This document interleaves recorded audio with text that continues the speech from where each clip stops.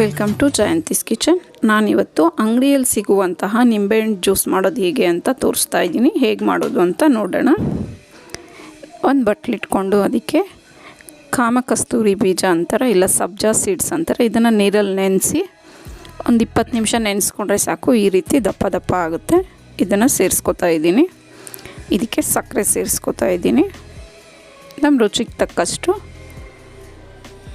ಇದಂತೂ ತುಂಬಾ ತಂಪು. ಇದನ್ನೆಲ್ಲ ನೀಟಾಗಿ ಮಿಕ್ಸ್ ಮಾಡ್ಕೊಳ್ಳೋಣ. ಒಂದು ಸ್ವಲ್ಪ ಇದಕ್ಕೆ ನಿಂಬೆಹಣ್ಣು ಸೇರಿಸ್ಕೊಳ್ಳೋಣ, ನಿಂಬೆಹಣ್ಣು ರಸನ. ಈಗ ನಿಂಬೆಹಣ್ಣು ರಸ ಎಲ್ಲ ಸೇರಿಸ್ಕೊಂಡಾದಮೇಲೆ ಇವಾಗ ನೀರು ಎಷ್ಟು ಬೇಕೋ ಅಷ್ಟು ನೋಡಿ ಸೇರಿಸ್ಕೋಬೇಕು.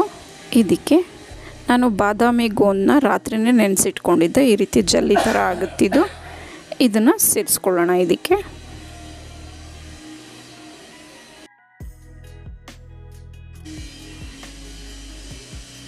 ಇದನ್ನೆಲ್ಲ ಸೇರಿಸ್ಕೊಂಡು ಸಕ್ಕರೆ ಕರಗೋವರೆಗೂ ನೀಟಾಗಿ ಮಿಕ್ಸ್ ಮಾಡ್ಕೊಬೇಕು. ನಾವು ಬಿಸಿಲುಗಾಲದಲ್ಲಿ ಈ ಥರ ತಂಪು ಪಾನೀಯಗಳನ್ನ ಕುಡಿಯೋದ್ರಿಂದ ನಮ್ಮ ದೇಹ ತಂಪಾಗಿರುತ್ತೆ. ನಾವು ಅಂಗಡಿ ಜ್ಯೂಸುಗಳನ್ನ ಕುಡಿಯೋದಕ್ಕಿಂತ ಈ ರೀತಿ ಮನೆಯಲ್ಲೇ ಮಾಡ್ಕೊಂಡು ಕುಡಿಯೋದ್ರಿಂದ ಆರೋಗ್ಯಕ್ಕೂ ಒಳ್ಳೆಯದು, ತುಂಬ ಟೇಸ್ಟಿಯಾಗೂ ಇರುತ್ತೆ. ಈಗ ಇದಕ್ಕೆ ನಾವು ಇನ್ನೂ ರುಚಿಕರವಾದ ಬಾದಾಮಿ ಗೋಂದ್ ನೆನೆಸಿಟ್ಕೊಂಡಿರೋದನ್ನು ಸೇರಿಸ್ಕೊಳ್ಳೋಣ. ಜ್ಯೂಸ್ ರೆಡಿಯಾಗಿದೆ.